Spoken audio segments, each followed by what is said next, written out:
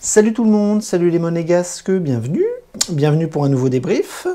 Le dernier débrief de l'année 2020. Et on peut dire que bon, ça aurait été une année catastrophique sur tous les plans.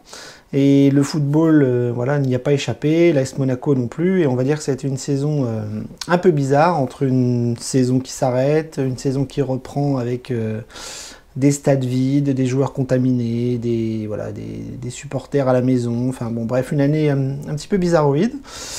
Et donc voilà, l'année se termine et c'était la 17e journée de Ligue 1. Et donc Monaco recevait pour la dernière fois de l'année Saint-Étienne à la maison, et l'objectif, donc il était assez clair, simple, il fallait finir sur une bonne note pour passer des fêtes un peu plus paisibles, parce qu'on a vu que Monaco, voilà, depuis que ça a recommencé, c'est un Monaco en dents de scie, avec des bonnes périodes, des mauvaises périodes, mais globalement une équipe pas vraiment prête, notamment face aux gros morceaux, aux grosses équipes, aux gros clubs du championnat. Donc là, on avait fait ces derniers temps une bonne série de victoires, une mauvaise série de défaites. On avait repris difficilement à Dijon dimanche dernier avec une victoire poussive. Et donc là, on recevait Saint-Étienne avec une possibilité de gagner, parce que Saint-Étienne est en grande difficulté aussi. Et on avait quand même tous les feux qui étaient ouverts, c'est le cas de le dire, pour que ça se passe bien. Manque de bol, on avait quand même un groupe avec quelques absents importants, parce qu'on s'aperçoit que finalement les absences qui nous pèsent depuis plusieurs mois sont importantes. Benjamin Lecomte, Golovin, Fabregas et Fofana, qui lui était suspendu hier. Et on avait donc un milieu de terrain avec un joueur en moins, et on avait surtout Golovin, Fabregas et compagnie qui nous manquent quand même pas mal d'un point de vue technique. Et on voit que les absents, pour le coup, font assez mal. Donc le groupe était celui-là, malgré les 4. Tout le monde était là. Et on a vu au coup d'envoi que Kovac a pris des risques en alignant un jeune. C'est-à-dire que Florentino Luis n'a pas été titularisé. C'est Matazo qui a été titularisé à la place de Fofana. Et on retrouvait Maripane derrière. Sinon, tout le reste, c'était l'équipe attendue, avec Manon dans les buts, donc Maripane, Dissassi de retour, Caio Henrique Aguilar, Matazo Tchouaméni, Diop Gelson, Ben Yedder et voilà. Donc voilà, le 4-4-2 classique, très peu de changements. On s'aperçoit que finalement, les matchs se sont enchaînés avec très très peu de changements. Il n'y a pas eu de révolution dans les équipes types, et Kovac n'a pas pris beaucoup de risques au final, avant la trêve internationale qui a donc lieu à partir d'aujourd'hui. Donc voilà, tout était en place pour que ça se passe bien. Et on va voir que ça s'est pas super bien passé, et que ça a été encore une fois un cirque footballistique. Alors on va analyser un petit peu le match. Ça a été extrêmement compliqué. Alors on n'a pas gagné. On n'a pas perdu non plus, et en fait on a fait 2-2, donc on a fait match nul à la maison. En soi, c'est pas un très bon résultat, mais vu la physionomie et vu le scénario de la rencontre, on peut dire qu'on a quand même récupéré un point miraculeux, parce que ça a été du grand n'importe quoi. Alors on va analyser le truc, c'est-à-dire que le match a commencé de façon assez timide. J'ai pas trouvé des monégasques flamboyants dans le pressing et dans l'agressivité. Un petit peu comme à Dijon ou comme les matchs précédents, on a vu un Monaco qui avait un peu de mal dans le jeu, très très vite. Saint-Étienne n'était pas non plus flamboyant, hein. C'est pas une équipe qui défend beaucoup, donc Puel c'est quelqu'un qui aime bien jouer, qui aime bien être assez agressif aussi. Mais on a vu que Monaco a commencé doucement, mais on a réussi à marquer assez vite sur un super coup de patte de Ben Yedder qui donne en cloche un ballon à Diop, qui devant le gardien arrive à la toucher 2 fois et à la mettre au fond. Donc finalement le score s'ouvre assez vite, et donc on est dans les bonnes conditions en ce début de match, avec le 1-0 pour Monaco très très vite, malgré une domination très très fébrile et assez faible de notre part. Le problème, c'est que comme d'habitude, après avoir marqué le but, on va reculer, on va commencer à déjouer, ce que je ne comprends pas, ce que je ne comprends plus. Monaco a commencé la saison avec une philosophie qui était assez lisible, voilà, du pressing, de l'agressivité, du jeu, possession de balle, etc. etc. Et là, depuis quelques matchs, depuis 5 matchs, c'est plus du tout le cas. On est complètement à côté de nos pompes et on n'arrive plus du tout à presser, à être agressif, à faire le jeu. Et on a même plus la possession de balle. J'ai vu les statistiques, c'est assez hallucinant de voir que Monaco maintenant laisse le ballon, ce qui montre soit un effet de fatigue, soit une démobilisation collective qui fait que les absents ont commencé à enrayer la machine de Kovac. Enfin bref, on a pris le but, on a reculé, reculé, reculé. On a commencé à faire n'importe quoi, c'est-à-dire des passes à l'envers, des passes ratées, des ballons à l'adversaire, des combinaisons qui ne fonctionnaient plus. Et donc ce qui arrive souvent, c'est que l'adversaire prend confiance. Et on a pris un but, voilà, très très vite, sur un corner. Saint-Etienne qui marque de la tête par Debuchy. Un partout. C'est assez logique vu le fait qu'on ne jouait plus. Et on a commencé à reculer, reculer, reculer, reculer. Et en plus, on prend un penalty juste derrière avec une faute extrêmement généreuse de la part de l'arbitre. Mais voilà, Maripane qui défend pas bien, qui fait un peu n'importe quoi dans la surface. Et donc, avec un arbitre comme on a eu hier, eh ben c'est penalty. Donc penalty, 2-1 pour Saint-Etienne, voilà, le penalty est transformé, et là on est complètement à la ramasse, parce qu'en plus on ne joue pas, on ne joue plus, on n'est plus du tout en confiance, on perd, et très très vite, on va avoir le dégoupillage de monsieur l'arbitre et d'un de nos joueurs, c'est-à-dire que Matazo, sur une passe un peu physique, un peu tendu, laisse son pied partir sur l'arrière de la jambe de Bouanga, je crois, et donc le pied vient toucher la jambe du joueur de Saint-Etienne, et carton rouge. Enfin, carton jaune au départ, et carton rouge avec la VAR. Donc on voit que c'est une faute absolument incroyable, parce qu'il n'y a absolument pas... pour moi, il n'y a même pas faute, c'est-à-dire que c'est un excès d'engagement peut-être dans la passe, parce que c'est une passe, et derrière c'est rouge. Donc on voit que l'arbitre est complètement à côté de la plaque. Alors soit il le fait exprès, soit il est nul. Donc en gros, c'est ma théorie, c'est soit l'arbitre est nul, soit il le fait exprès, et ça c'est grave. Mais en tout cas, la décision est inadmissible, et Monaco se retrouve à 10. Et là, le match est fini. Le match est fini parce que ça fait... tous les 2 matchs, on se retrouve avec des expulsions. Je m'aperçois que c'est pas qu'à Monaco, hein, c'est toute la Ligue 1 qui est gangrénée par cet arbitrage catastrophique. Ça sort des rouges à tire-larigot, des cartons à tire-larigot. La VAR est complètement plongée dans le règlement à la lettre. C'est-à-dire qu'il n'y a plus du tout de psychologie, il n'y a plus du tout d'humanité, il n'y a plus du tout d'arbitre qui pense, qui réfléchit. Non, ils ne réfléchissent plus, ils regardent ce qu'il y a dans les textes, et ils appliquent bêtement les décisions. Donc ça donne des matchs complètement instables, parce que les décisions sont assez violentes et fortes pour les équipes, et quand vous prenez un carton rouge, bah, il n'y a plus de match, quoi. Le foot, c'est à 11 contre 11. Hein. Donc Monaco est à 10, Matazo est expulsé, et puis là maintenant on va courir après le score, parce que ça va être tout le reste du match, ça va être une attaque-défense avec les Stéphanois. Et donc le match est quasiment plié. Donc on arrive à la mi-temps comme ça, et en deuxième mi-temps ça va être la même chose, ça va être une attaque-défense avec Saint-Etienne qui a le ballon, Monaco qui va défendre comme ils peuvent, Kovac va faire des changements à tire-larigot avec les Pellegrini, les Florentino Luis, les Sidibé, les Goebbels, etc. Ils vont tous rentrer, mais on aura la chance d'avoir un miracle de la part de Gelson Martins, qui a fait un très bon match, et qui sur une contre-attaque va aller très très vite vers l'avant et va donner un super ballon à Volante qui va la mettre au fond. Donc on revient à 2-2, mais tout le reste du match, ça va être une longue agonie vers la fin de rencontre, et on n'arrivera pas à revenir ni à marquer. On a la chance aussi de ne pas en prendre, parce que Manone a fait beaucoup d'envolées, d'arrêts, des arrêts pas difficiles mais assez spectaculaires, parce que les Stéphanois ont été maladroits. Et on fait 2-2, on prend un point assez miraculeux dans cette rencontre, après une parodie de football à cause de l'arbitre. Et voilà. Mais ça n'empêche que Monaco n'est pas bon, Monaco n'a pas été dedans, Monaco n'y est plus depuis plusieurs matchs. Et donc je suis très content que les vacances arrivent, parce qu'il va falloir que tout le monde se repose, il va falloir que les blessés reviennent, on a vraiment besoin de certains.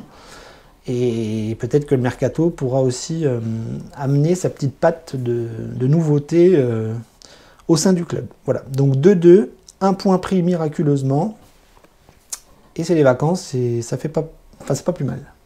Alors, comment analyser les joueurs? Ça a été quand même très compliqué. Comme je vous l'ai dit, depuis plusieurs matchs, Monaco n'y est plus.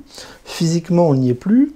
Tactiquement, on n'y est plus. Dans l'agressivité, on n'y est plus. Dans le pressing, on n'y est plus. Dans le fait de garder le ballon, on n'y est plus. Kovac est de plus en plus énervé sur le bord de la touche. Ben, c'est à l'image de nous, supporters. On en a ras-le-bol de voir un Monaco complètement à côté de la plaque. Moi, personnellement, je l'explique par la fatigue. Je m'aperçois que les autres joueurs de Ligue 1, les autres clubs se plaignent de la fatigue aussi. Alors je ne sais pas si c'est à cause du Covid, je ne sais pas du tout à quoi c'est dû. Peut-être l'enchaînement des matchs aussi par rapport aux internationaux. Enfin je ne sais pas, on a des joueurs fatigués. Je pense que tout le pays est fatigué avec ce qui se passe depuis le début d'année. Et ça se ressent dans les performances. Moi, j'ai pas l'impression que Monaco Enfin, je pense pas qu'on est devenu nul du jour au lendemain, parce que finalement, tout le monde est au même niveau. C'est-à-dire qu'il n'y en a plus un qui met un pied devant l'autre. Donc pour moi, c'est collectif. Donc si c'est collectif, ça peut encore se rétablir l'année prochaine, parce que c'est un souffle nouveau qu'il va falloir aller rechercher, parce que là, pour le coup, pour la première partie de saison, on s'est complètement écroulé, physiquement, tactiquement, dans le jeu, dans tout. Et donc ça se voit, et ça s'est vu depuis les dernières prestations assez catastrophiques. Donc, enfin bref, donc défensivement, voilà, on a été extrêmement en difficulté. Que ce soit Badiachil ou Maripane, on s'aperçoit que c'est pas mieux. Voilà, c'est des performances très faibles. Maripane, je le trouve pas bon, il est très lent, il défend pas très bien. Il a beau être plus âgé que les autres, ça ne se voit pas forcément sur le terrain. Dissassi, il commence à faire n'importe quoi aussi. Et ben, du coup, on se retrouve avec des performances défensives dans l'axe pas bonnes, et on prend des buts, on prend beaucoup de buts. Et ça, c'est un vrai problème pour notre équipe. Sur les côtés, c'est pareil. C'était notre force de début de saison. Je trouve que nos latéraux sont de moins en moins bons. Caio Henrique régresse. Aguilar régresse aussi. Donc j'ai envie de dire c'est bon signe, parce que finalement, c'est pas un problème de qualité. C'est un problème de performance du moment. Et donc, il faut que tout ce petit monde se repose, parce qu'on est quand même en grande difficulté défensivement à tous les postes.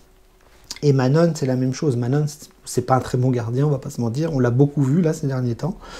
Et c'est quelqu'un qui dépanne pour le moment, mais qui n'est pas très bon. Je pense que Lecomte est un cran au-dessus, même si Lecomte fait des erreurs aussi. Mais il faut vite que Benjamin revienne, parce qu'on a besoin d'un gardien beaucoup plus sécure, notamment balle au pied. Et je pense que ça va nous faire du bien quand il sera de retour dans les cages. Donc voilà. Donc défensivement et dans les cages, très moyen.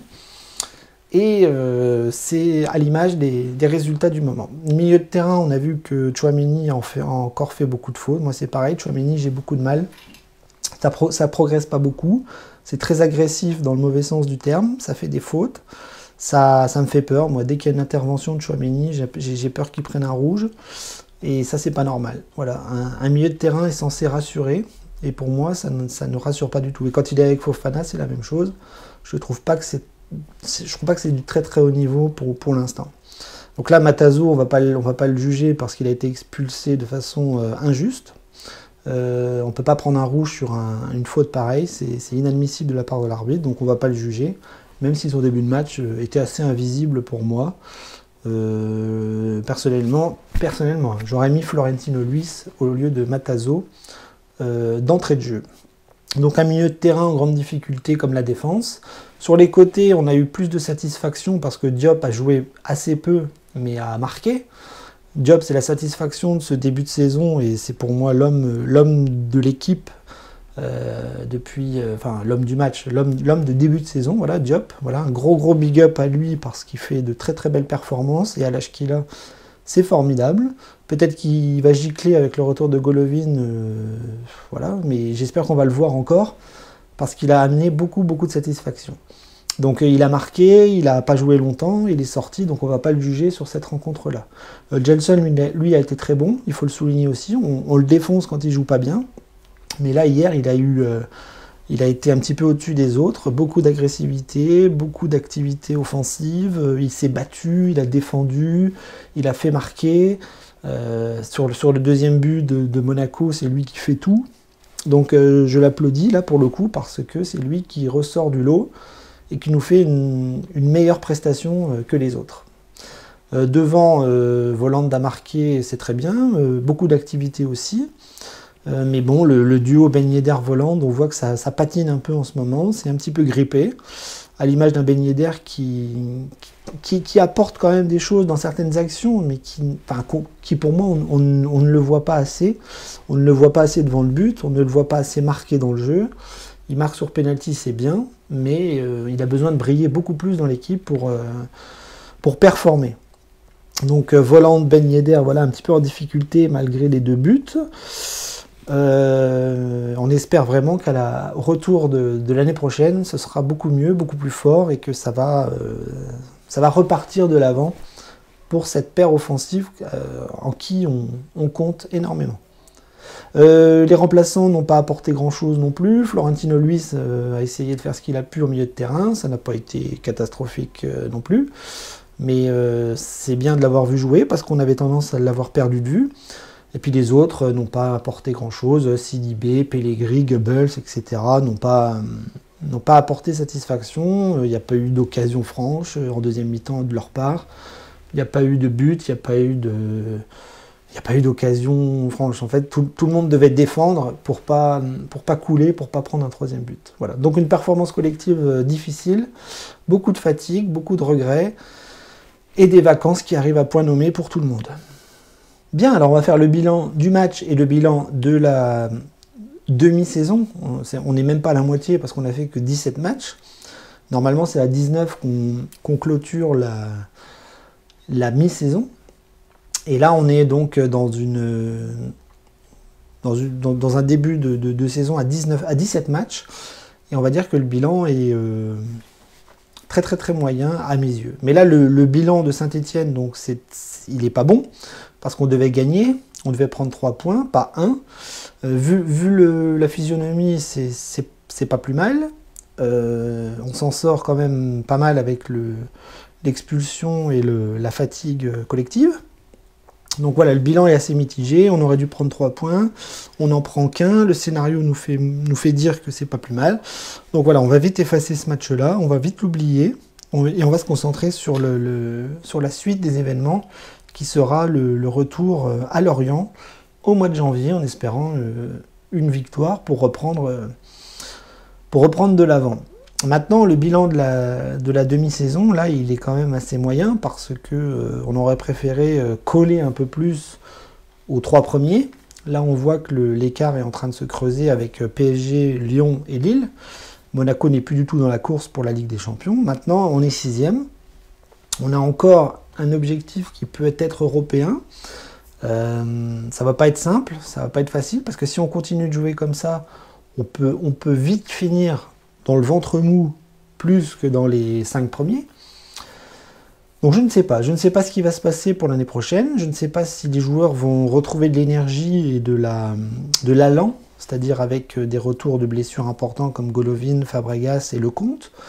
Il faut vraiment qu'on retrouve un petit peu les prémices de ce qu'on avait vu en début de saison avec Kovac et la philosophie qui le caractérise, l'agressivité, le pressing, le jeu. Voilà, on est repassé dans un 4-4-2, il va vraiment falloir que ce soit prolifique. Il faut qu'on gomme les erreurs défensives, mais si on garde les mêmes joueurs, ça va être compliqué parce qu'on voit qu'il y a des lacunes qui ne sont pas du tout effaçables pour le moment. Donc je ne sais pas si le mercato va avoir un impact sur la suite des événements. Je pense qu'on va dégraisser encore un petit peu. On va essayer de mettre les lofters de côté avec la possibilité de leur trouver des clubs. Je pense à Aïd Benasser, à Grand Cyr, Onyekuru, tous ces gens qui ne jouent plus. Et puis peut-être qu'on va prêter ou peut-être vendre encore quelques-uns. Je sais pas, je pense à peut-être Ballo-Touré ou à Florentino Luis qui joue pas beaucoup. Peut-être qu'on va prêter des jeunes. Enfin, je ne sais pas, je n'ai pas d'informations, mais ça serait bien qu'on dégraisse encore un petit peu, qu'on mette de côté ceux sur qui Kovac ne compte pas, et puis peut-être faire un coup au mercato, ou deux, peut-être un prêt, deux prêts, ou je sais pas, peut-être besoin un peu plus d'expérience, un peu plus de... Voilà, des joueurs agressifs, des joueurs d'expérience, des joueurs qui auraient besoin de se relancer dans un club comme Monaco pour apporter de la stabilité peut-être sur l'aspect défensif. Voilà, je pense à un central, je pense à un milieu défensif qu'on n'a toujours pas.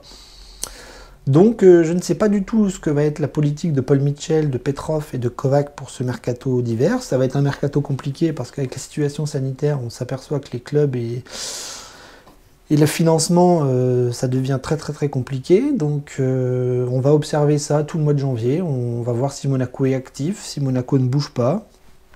Je ne sais pas. Ça va être le grand point d'interrogation de cet hiver du côté du marché. Voilà, donc que dire de plus? Que c'est pas plus mal que ce soit les vacances. J'espère que les joueurs vont bien se recharger, j'espère qu'ils vont repartir en force et en forme dès le 6 janvier. Et j'espère qu'ils vont pas attraper le Covid parce que ça serait pas du tout une bonne chose pour eux, pour leur famille, pour leur performance et pour la reprise. Voilà, j'espère qu'ils vont prendre soin d'eux, qu'ils vont bien recharger les batteries et que Kovac et Paul Mitchell vont essayer de redynamiser un petit peu tout ça pour la reprise parce qu'on en a vraiment besoin et que notre classement n'est pas catastrophique, mais il pourrait être mieux. Voilà, donc je vous laisse. Daguer Monégu à tous les supporters, un joyeux Noël, passez de bonnes fêtes, et puis peut-être qu'on se retrouvera en vidéo sur des vidéos mercato si ça bouge. Voilà. Sinon, on se retrouve le 6 janvier pour Lorient. Allez, bonne fête!